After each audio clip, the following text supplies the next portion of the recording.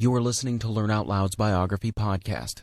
With this series, we will explore the lives of notable people throughout history, whether it be world leaders, political activists, spiritual luminaries, great artists, or everyday people. This podcast will be a showcase for their story. For a complete listing of Learn Out Loud's podcasts, please visit us at www.learnoutloud.com/podcast. Thank you for listening.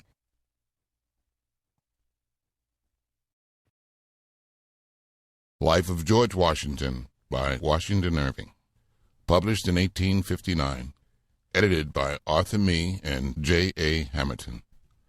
This great historical biography was Washington Irving's principal work.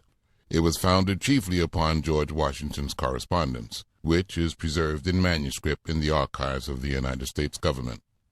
Irving worked at it intermittently for many years, and it was published in successive sections during the last years of his life, 1855 to 1859, while he was living in retirement with his nieces at Sunnyside on the Hudson River. The de Wesington family of the county of Durham, in feudal times, produced many men of mark in the field and in the cloister, and at a later period the Washingtons were intrepid supporters of the unfortunate House of Stuart. Compromised by this allegiance, two brothers, John and Andrew, uncles of Sir Henry Washington, the gallant defender of Worcester, emigrated to Virginia in 1657 and purchased lands in Westmoreland by the River Potomac. John, who became military leader of the Virginians against the Indians, was great-grandfather of the illustrious George Washington. George, born in February 22, 1732, in a homestead on Bridges Creek, was the eldest son of Mary Ball, second wife of Augustine Washington. Two half-brothers, Lawrence and Augustine, survived from the first marriage, and Mary had three other sons and two daughters. George received his first education in an old field schoolhouse, taught by the parish sexton. But the chief influences of his boyhood were the morality of his home and the military ardor of the colonists against the Spanish and the French. Lawrence, his eldest brother, had a captaincy in the colonial regiment which fought for England in the West Indies in 1740. And the boy's whole mind was turned to war. His father died when he was 11 years old, and George was sent to live with his married brother Augustine. Here he attended school, was eager in the acquirement of knowledge, and became expert in all athletic exercises. He very nearly entered on a naval career, but at his mother's earnest entreaty renounced the project, and returning to school, studied land surveying. Lawrence, his brother, having married into the Fairfax family, George came under the notice of Lord Fairfax, owner of immense tracts of country, who was so pleased with the lad's character and accomplishments that he entrusted him with the task of surveying his possessions. At the age of 16, George Washington set out into the wilderness, and acquitted himself so well that he was appointed public surveyor. He thus gained an intimate knowledge and of the ways of the Indians. The English and French governments were at this time making conflicting claims to the Ohio Valley, and their agents were treating with the various Indian tribes. At length the French prepared to enforce their claim by arms, and Washington received in 1751 a commission as Adjutant General over a military district of Virginia. In October 1753, he was sent by Governor Dinwiddie on a mission to the French commander, from which he returned in the following January. And his conduct on this occasion, when he had to traverse great distances of an unknown forest at midwinter, and to cope with the craft of white men and savages alike, marked him out as a youth fitted for the most important civil and military trusts. Conflicts with the French. Washington was for the first time under fire in April 1754, when he had been sent as second in command of the colonial forces to take charge of a fort on the Ohio. He fell in with a French party of spies, whom his small force, with Indian assistance, put to flight. His fort, named Fort Necessity, was defended by 300 men, but was attacked in July by a greatly superior force of French and Indians, and Washington had to capitulate, marching out with the honors of war. When it was determined the same autumn by the governor and the British Secretary of State that the colonial troops should be reduced to independent companies, so that there should no longer be colonial officers above the rank of captain, Washington, in accordance with the dawning republicism of America, resigned his commission, and settling at Mount Vernon, prepared to devote himself to agriculture. But in 1755, General Braddock was sent out to undertake energetic operations against the French, and Washington accepted the general's offer of a position on his staff. It was now that the eminent Benjamin Franklin did such great service to the British arms by organizing transport, and listened with astonishment to Braddock's anticipations of easy victory. On July 9th, Braddock's force was utterly routed by the French and Indians, and the general himself was slain. This reverse did away with all belief throughout the colonies in the power of British arms, and prepared the way for the independence that was to follow. On August 14th, George Washington was appointed to the supreme command of the Virginian forces, with his headquarters at Winchester, and was occupied in the defense of a wide frontier with an insufficient force, until the expedition against Fort Duquesne in 1758, when he planted the British flag on its smoking ruins and put an end to the French domination of the Ohio. His marriage to Mrs. Martha Custis, a young and wealthy widow, was celebrated on January 6, 1759. He took his seat in the House of Burgesses at Williamsburg and established himself at Mount Vernon to develop his estates. A large Virginia estate in those days was a little empire. The dawn of independence. The definitive treaty of peace between France and England was signed at Fontainebleau in 1763, but the tranquility of the colonies was again broken by an Indian insurrection known as Pontiac's War. Washington had no part in its suppression, but he was soon to be called again to the defense of his country. He was in his place in the House of Burgesses on May 29, 1765, when the claims of Britain to tax the colony were first repudiated, and it was declared that the General Assembly of Virginia had the exclusive right to tax the inhabitants, and that whoever maintained the contrary should be deemed an enemy to the colony. These resolutions were the signal for general applause throughout the continent. The repeal in 1766 of the Objectionable Stamp Act only postponed the crisis, which became acute when the port of Boston was closed by Parliament because of the resistance of that city to the importation of East Indian tea. A general congress of deputies from the several colonies was convened for September 5, 1773, at Philadelphia, in which Washington took part, and a federal union of the colonies was then established. The English commander, General Gage, struck the first blow against popular liberties in the engagement at Lexington, April 18, 1775. And on June 15th, Washington was unanimously elected Commander-in-Chief of the American forces.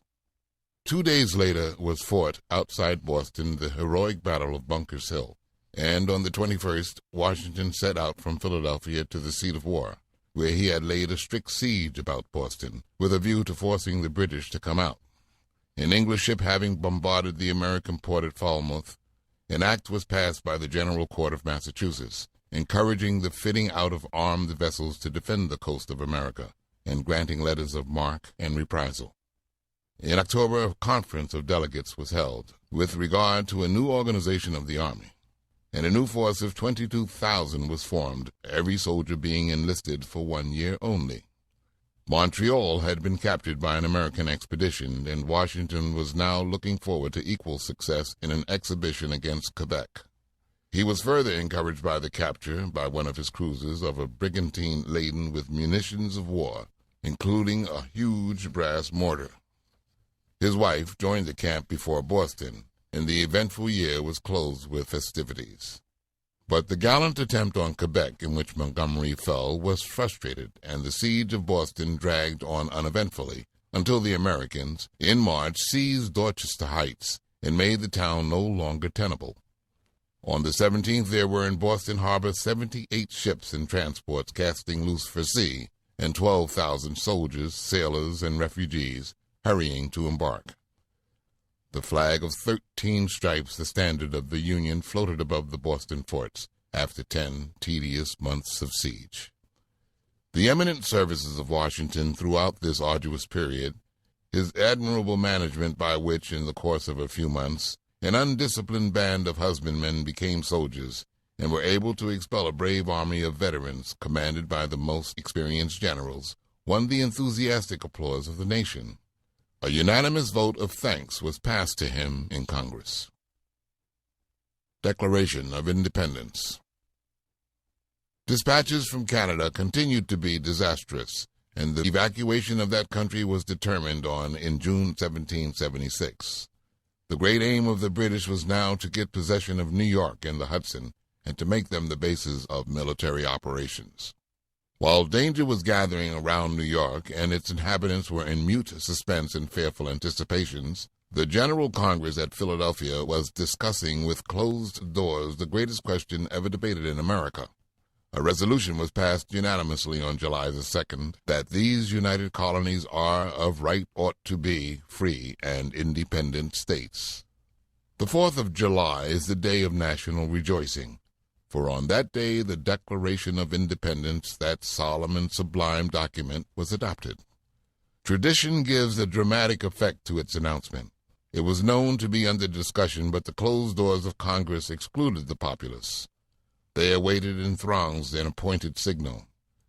In the steeple of the State House was a bell, bearing the portentous text from Scripture, "Proclaim liberty throughout all the land unto all the inhabitants thereof." A joyous peal from that bell gave notice that the bill had been passed. It was the knell of British domination. Washington hailed the declaration with joy.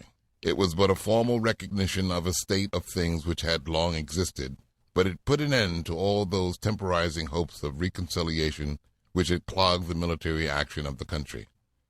On July the 9th, he caused it to be read at the head of each brigade of the army. "The general hopes," said he, "that this important event will serve as a fresh incentive to every officer and soldier to act with fidelity and courage, as knowing that now the peace and safety of his country depend, under God, solely on the success of our arms, and that he is now in the service of a state possessed of sufficient power to reward his merit and advance him to the highest honors of a free country." And again, "The general hopes and trusts that every officer and man will endeavor so to live and act as becomes a Christian soldier, defending the dearest rights and liberties of his country." The winning of independence. But the exultation of the patriots of New York was soon overclouded. British warships under Admiral Lord Howe were in the harbor on July 12th, and affairs now approached a crisis. Lord Howe came as a mediator, not as a destroyer, and had prepared a declaration inviting communities as well as individuals to merit and receive pardon by a prompt return to their duty. It was a matter of sore regret to him that his call to loyalty had been forestalled by the Declaration of Independence. The British force in the neighborhood of New York under General Howe, brother of the Admiral, was about 30,000 men. The Americans were only about 20,000, for the most part raw and undisciplined, and the sectional jealousies prevalent among them were more and more a subject of uneasiness to Washington. On August 27th, the American force was defeated with great loss in the Battle of Long Island, and was withdrawn from the island by a masterly night retreat. This led to the loss of New York and the Hudson River to the British. Reverse followed reverse. Washington was driven by the British arms from one point after another. Many of the chief American cities were taken, and on September 26, 1777, General Sir William Howe marched into Philadelphia and thus occupied the capital of the Confederacy. But Washington still maintained his characteristic equanimity. "I hope," he said, "that a little time will put our affairs in a more flourishing condition." This anticipation was soon to be fulfilled. General Burgoyne had been advancing from the north with a large force of British and Hessian troops, but was compelled by General Gates, with a superior American force, to capitulate on October 17, 1777. By this capitulation, the Americans gained a fine train of artillery, 7,000 stand of arms, and a great quantity of clothing, tents, and military stores of all kinds. And the surrender of Burgoyne struck dismay into the British army on the Hudson River. But the struggle for independence was still to continue for 4 years of incessant military operations, and it was not until the surrender of Yorktown on October 19, 1781, by Lord Cornwallis, that Britain gave up hope of reducing her rebel colonies. When the redoubts of Yorktown were taken, Washington exclaimed, "The work is done, and well done." A general treaty of peace was signed in Paris on January 20th, 1783, and in March of that year Sir Guy Carleton informed Washington that he was ordered to proclaim a cessation of hostilities by sea and land. On April 19th, the anniversary of the Battle of Lexington, thus completing the 8th year of the war, Washington issued a general order to the Army in these terms: "The generous task for which we first flew to arms being accomplished, the liberties of our country being fully acknowledged and firmly secured, and the characters of those who have persevered through every extremity of hardship, suffering, and danger being immortalized by the illustrious appellation of the Patriot Army, nothing now remains but for the actors of this mighty scene to preserve a perfect, unvarying consistency of character through the very last act, to close the drama with applause, and to retire from the military theater with the same approbation of angels and men which has crowned all their former virtuous actions." Writing on June 8th to the governors of the several states, he said, "The great object for which I had the honor to hold an appointment in the service of my country being accomplished, I am now preparing to return to that domestic retirement which, it is well known, I left with the greatest reluctance. A retirement for which I have never ceased to sigh, through a long and painful absence, and in which, remote from the noise and trouble of the world, I meditate to pass the remainder of life in a state of undisturbed repose." The Years of Peace. Washington returned to Mount Vernon on Christmas Eve, 1783, and busied himself with the care of his estates. He had never ceased to be the agriculturist. Through all his campaign he had kept himself informed of the course of rural affairs at Mount Vernon. By means of maps on which every field was laid down and numbered, he was enabled to give directions for their several cultivation, and to receive accounts of their several crops. No hurry of affairs prevented a correspondence with his agent, and he exacted weekly reports. He now read much on agriculture and gardening, and corresponded with the celebrated Arthur Young, from whom he obtained seeds of all kinds, improved plows, plans for laying out farmyards, and advice on various parts of rural economy. His active day at Mount Vernon began some time before dawn. Much of his correspondence was dispatched before breakfast, which took place at 7:30. After breakfast he mounted his horse and rode off to various parts of his estate, dined at 2:30. If there was no company, he would write until dark, and in the evening he read or amused himself with a game of whist. The adoption of the Federal Constitution opened another epoch in the life of Washington. Before the official forms of an election could be carried into operation, a unanimous sentiment throughout the Union pronounced him the nation's choice to fill the presidential chair. The election took place, and Washington was chosen president for a term of 4 years, from March 4th, 1788.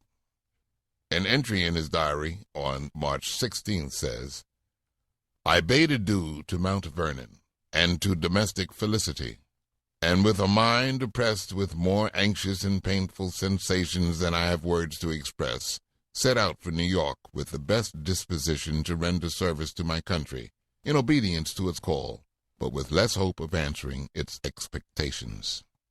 The weight and influence of his name and character were deemed all essential to complete his work, to set the new government in motion, and conduct it through its first perils and trials. He undertook the task, firm in the resolve in all things to act as his conscience told him was right as it respected his God, his country, and himself. For he knew no divided fidelity, no separate obligation. His most sacred duty to himself was his highest duty to his country and his God. His death took place on December 14th, 1799. The character of Washington may want some of the poetical elements which dazzle and delight the multitude, but it possessed fewer inequalities and a rarer union of virtues than perhaps ever fell to the lot of one man. Prudence, firmness, sagacity, moderation and overruling judgment, and immovable justice, courage that never faltered, patience that never wearied, truth that disdained all artifice, magnanimity without alloy.